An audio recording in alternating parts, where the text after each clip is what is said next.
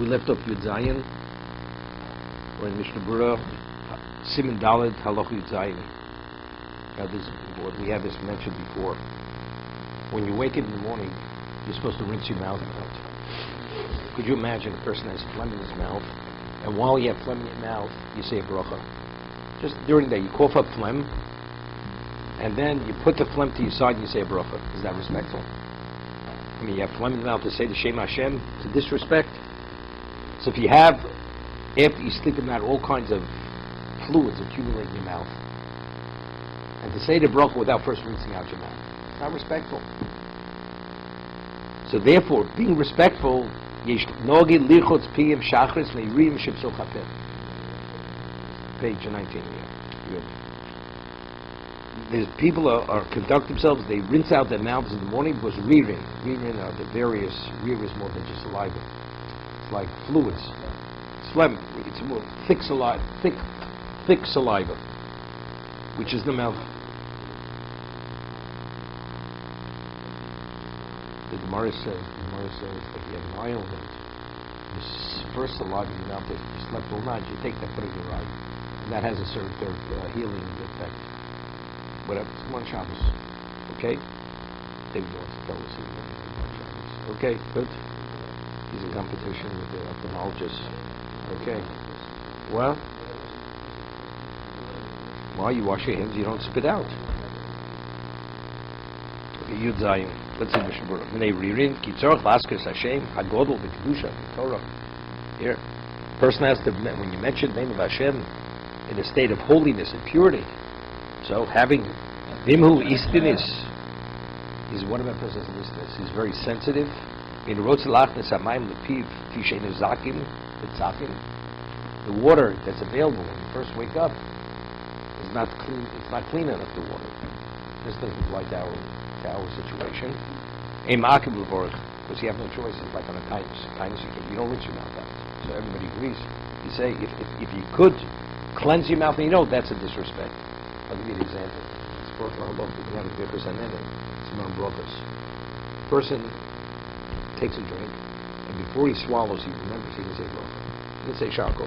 What do? The mercury I go you spit out the wine. You know, says you should put the wine to one side of your mouth. And what? You say the bracha. What about something which you have, let's say something similar to a sucking candy, where as it's going in your mouth, the food doesn't become semi-inedible. Let's say a person chews bread, and then you remember you didn't say emotzi. You take the chewed up bread out of your mouth, and then say the most and put it back in your mouth.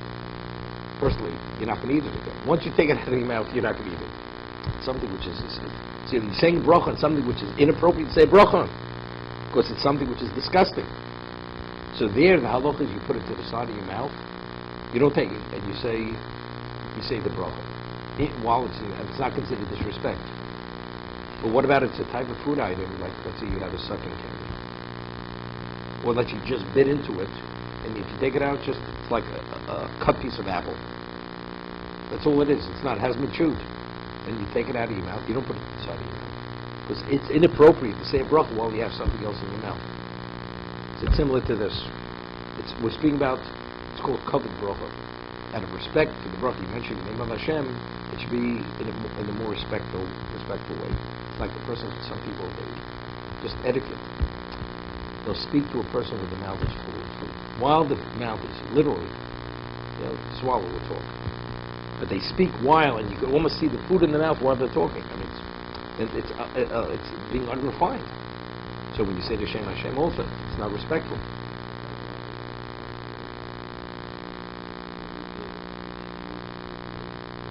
No, you're not. I mean, just spit it out because you're not obligated to. It's like it'll be like a parshas. Yeah, well, there's no reason to waste it. Still, what about parshas? But today you would be wasteful because people. No, you're not.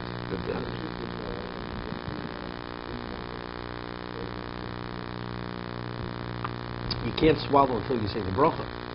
The bracha you have to say. The question: do you say the bracha while the food's in your cheek, off to the side, or do you take it out of your mouth and say the bracha? Liquid you can't take out. You can't spit it. You spit it out. It's wasted. So liquid, there's no question you put it to the side of your mouth. Then you swallow it without a bracha. No, you don't swallow it. You're not supposed to swallow. You're not permitted to swallow it because that means you're benefiting without a bracha. As you take the drink, it's in the mouth, and you realize at that moment you didn't say the bracha. These things happen. Okay, so that's the difference. Liquid, you put it to the side. If you put together and you swallow the liquid or the food, and you take another chunk of the liquid and then say the possible? If it's frozen, take another chunk. No. Yeah. So you swallow. You don't. There's no obligation. There's no obligation. There's no mitzvah to drink more to say bracha. Let's say you drank sufficiently. Well, if you're going to say bracha, I'll drink more. There's no obligation to drink more. Once you've drunk, whatever you drank or ate, it's gone. Right? A person that eats a full meal forgot to say hamotzi. What is it? There's no mitzvah now to wash and say hamotzi. Well, if he knows he's going to eat more, It's something else. So if he eats yes, the bread in his mouth. No, but still, you're not permitted to swallow that bread because you're benefiting. So you spit it out? No, Even though you're going to eat more. no, you're not. That's what I'm saying. If it's something which has been, it's already. No, I understand, but if you know you're making something correctly on something that's still on the plate, you're going to eat it. So there's no reason. You're not obligated to waste what's in your mouth.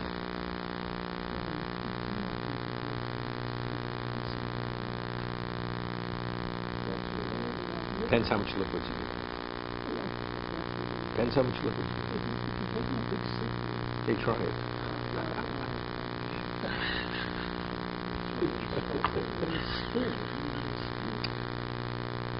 Okay?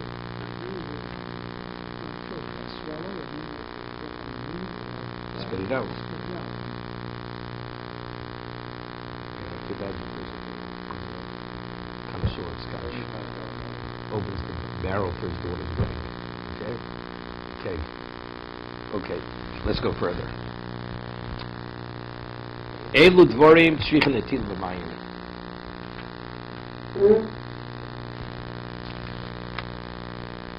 Okay? When does one have to wash his hands with water? Okay? But, Alan, most people don't know. I mean, they're not careful. When you wake up in the morning, you wash your hands. What about when you take your haircut? After you take your haircut, you wash your hands. You cut your nails. So that's what the Mechaber is speaking about. There's certain times you have to wash with water. Now the question is, how many times do you wash? So we said morning, 3 times, alternating hands. 4 times good. Good. And even the 3, there's a question: do you have to? What about if you don't alternate? Does that take off the ruach ra? Right? Most of them, the evet, if you've done it, even if you didn't alternate hands. 3 times one and 3 on the other, the ruach ra, the contamination is released from your hands, even if you don't. We'll see what the issue is. No, brother. Hakomi amito, person when you awaken in the morning. Hayotzi bisakise, after one does it. Hayotzi bisakise, we'll see. Is it because you did your bodily function? Or because the bisakise is a location which is ruach ra? Because we said at one time, yet all the waste was in that location. Having a location of waste, that creates that ruach ra. Okay? We'll see later is halacha that if you have at one time, the level of, that's why you have all these diseases and all these plagues, where we spoke in Europe that open sewers, the location, people, their bodily function, that it wasn't necessarily dug under what wasn't underground. Actually, there was a room, you go in, I don't know how they tolerated it, and there was waste against the walls. There was like a clean path, you go, and maybe they pushed it off to the side. So the human feces was touching the walls. So there's a question, if you're outside that structure, are you permitted to say a bracha looking at that wall? Because that wall represents the feces. We'll see this later. Right? We don't have such a thing today. So you could imagine, so maybe that location, that's a ruach ra. So even if you don't do it, just going in that location, you're exposed to what? To ruach ra. Because from the hayot, you come out of the beis hakisei. Ubeis hamerchotz. What about a bathhouse? Bathhouse also, there's accumulation of what? Dirt. Hanotet tzipornov, one who cuts his nails. V'acholitz v'nolov. You remove your shoes. That means you touch your shoes with your hands. It's not you kick your shoes off. You kick your shoes off, you don't have to wash your hands. We'll have this later. We mentioned, right, for a Kohen, there's a Shiloh, there's a question of Aloha. The Kohen has to say the bracha until it's time to forgive us for and it's left unresolved. So Mishna Berura says later in Hilchos Nesis Kapayim that he has to be careful, the Kohen, from the morning the Tila, he says, Al Tishadayim, if he didn't do his bodily functions, go out, he should make sure when he takes his shoes off, he should kick his shoes, he shouldn't touch it with his hands. Because if he touches it, then what he's saying, so then there's a question, with the bracha, you may have to say bracha on that Netila. Otherwise you could say the Netila they had done in the morning, that covers the Birchus Kohanim. Okay? So we speak, Cholitz min olav, you remove your shoes, that means he actually takes a hold of the shoe and he removes it. Just so I told you a few weeks ago, that Yosha, many Pesokim, somebody put out, that what about touching the laces of the shoe? Some people are careful. They touch the lace, but they won't touch the leather. Does that doesn't make a difference. No, the question: if you see the, what about if you touch the upper part of the shoe? You have to wash your hands. It's not only the sole, because it's part of the same entity. Now the lace we're talking about, not where the lace is sewn to the shoe. Because you have the lace, the bottom of the lace is sewn, like a leather lace. Sometimes they would sew it, and then you put it through the eyes of the shoe. So really, the lace is attached to the shoe. But let's say you could have a leather lace which is not attached to the shoe. Okay. So the question is, do we see it as a separate entity? Well, once it's laced into the shoe, going through those eyelets, that is one entity. He says, not a question. It's one entity. So even if you touch the lace, you have to wash your hands. Okay? That's his psak. It represents something unclean because it touches the ground. Touches the ground. No, not at all. One of the people comes here he comes with a leather hat. Right? Tips his hat, he doesn't have to wash his hands. Okay. No, definitely not. No, definitely. Right. But no raglov, you touch your feet. We're talking about uncovered part. You touch any uncovered part of the body which normally is covered will represent something unclean. Because people walk barefoot, or you have open sandals. Okay? V'chofef rosho, you scratch your head. Because since within the hair you have an accumulation of oil and sweat, that's considered an unclean location. So if you we'll see.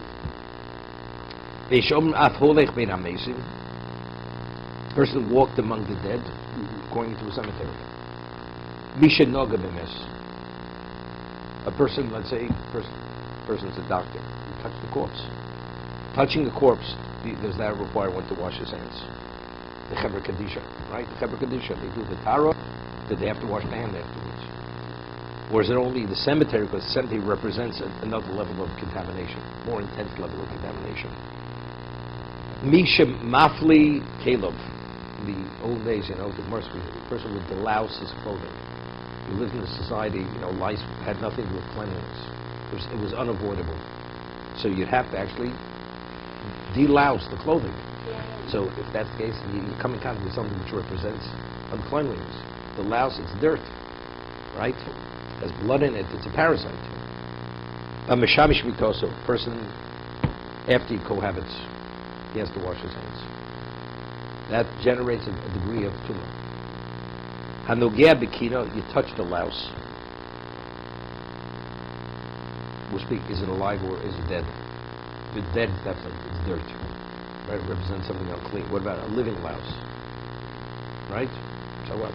Hanogea begufa biyodo, you touch your own body. We're speaking about the covered parts of the body. You put your hand in your collar and you go below a certain location, which is considered normally covered. So again, any covered part of the body, normally that's the location where, because it's covered always, there's an accumulation of oil and sweat. So therefore, that's considered to touch a location that's unclean. You have to wash your hands.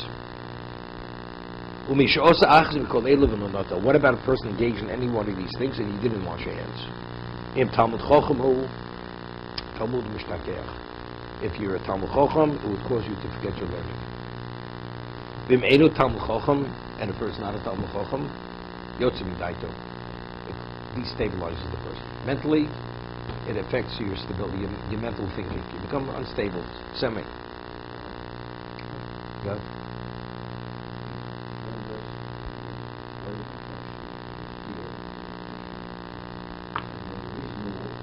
There is no bit. That's the biggie. That's not basic kisei. Doing your body not a basic. That's not a basic kisei. And when you did it, did you touch yourself? Did he clean himself afterwards? Did he urinate? Did he defecate? What did he do? Okay. So if you touch your body, you have to. If you put your hand in your shirt and you touch the covered part of your chest, you have to wash your hands. So if you put your hand in your shirt, there's no water. What do you do? Right? Let's talk about that. Now you don't have to go out into the field. So you're supposed to take a cloth or anything which cleans, and you wipe your hands. And that's you could grass, or even you rub your hand on the ground, or on the tree, or on the table. Anything. Here it's purely cleanliness issue. What we see over here. No. We see over here. If it causes you to forget your learning, and even not, it's yotzim midato. So evidently, it's more than cleanliness. You know, it's more than a hygiene issue over here. Because hygienically, why does that destabilize a person? You know, the Gemara says in Adorim, in Nazir too, that a person, you know, you see these homeless people. A person has hair, longish hair, and he doesn't wash his hair. Ultimately, it will affect him mentally. Having unclean hair for an extended period of time will cause you to become abnormal. It would affect your whole function.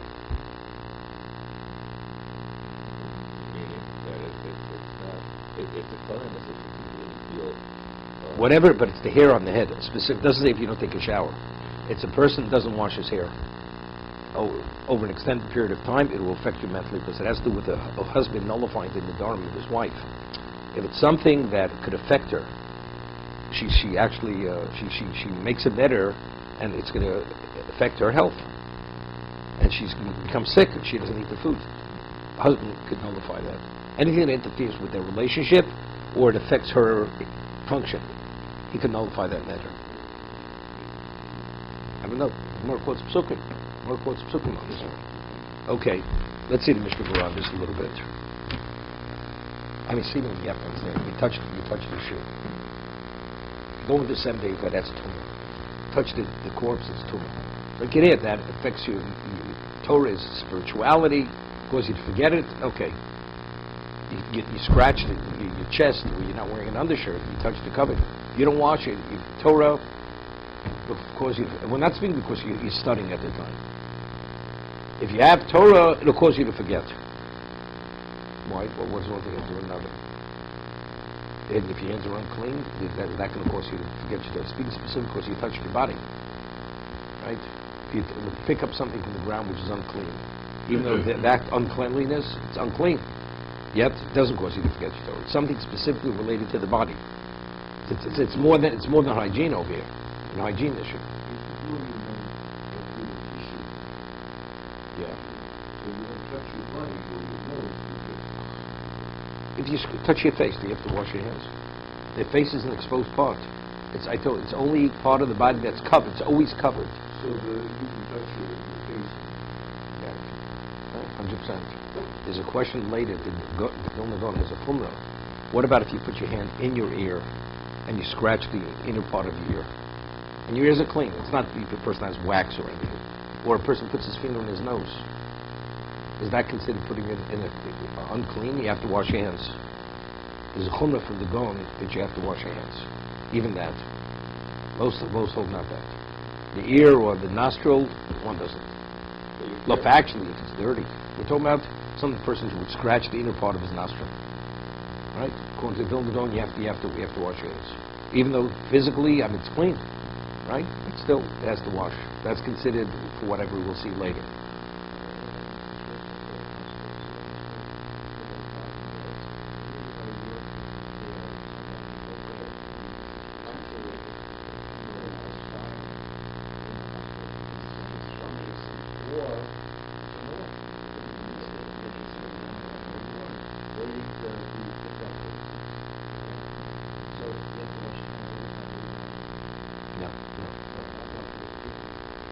It is a place, but it's not the same.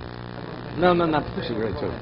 No, you're asking a good question. Good. It seems to me, it doesn't say, it says, Mokum, if you walk into the morgue, that's the location of Mason. If you go where the dead are there, that'll be similar to the cemetery.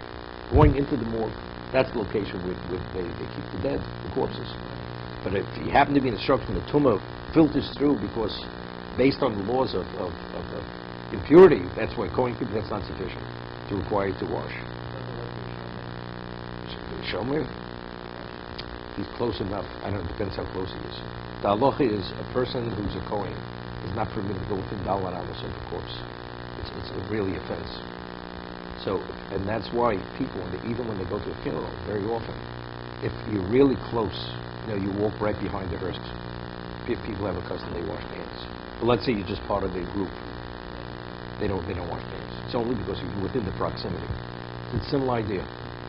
Hospital, but if let's say you're right near the bed where the person just passed away, let's say the family was there, the person just dies, they should wash their hands afterwards when they leave, because they were within the proximity of the dead. Okay.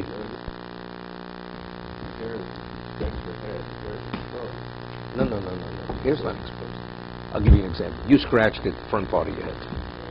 You don't have to wash your hands. No, seriously.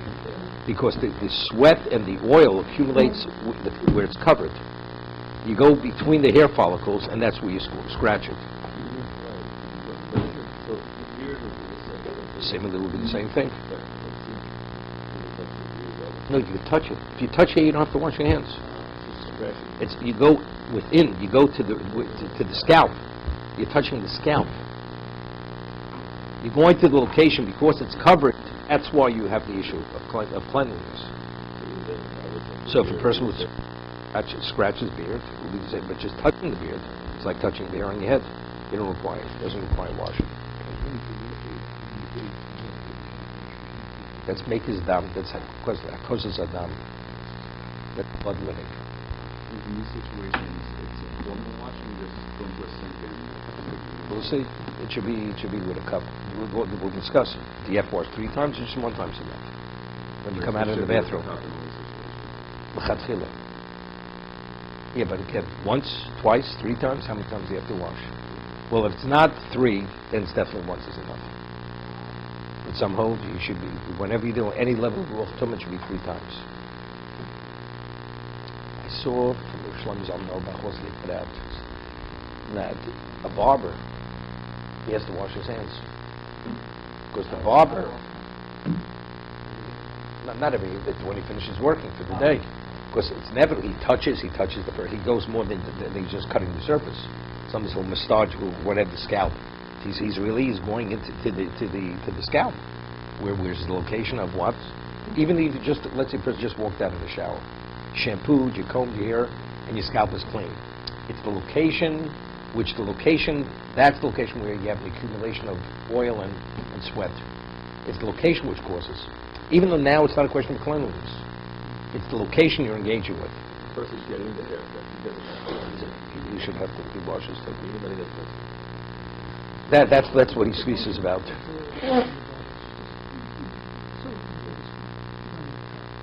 You don't need it. It should be a cup.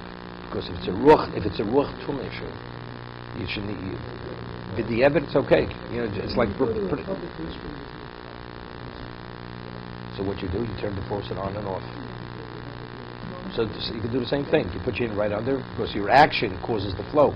It's just like pulling the stopper out of the barrel. Okay, so then you don't. If you don't have the minutes, so you just wash your hands. You have to shower. You wash your hands. Wash your whole body. It's like a bathhouse. It's like a bath. No, say. What about coming out of a bathhouse? The man just came out of the bathhouse. Yeah, but the shower. You don't need a cup when your hand just came out of the shower and it's washed. No, but after you finish doing that ritual or that action of bathing or cleansing yourself, now you finish that, it's what follows. Now you're washing your hands. You can't just stick your hand into the shower like that. You're still showering. It's post-shower, post-bathhouse. again, it's not a cleanliness issue.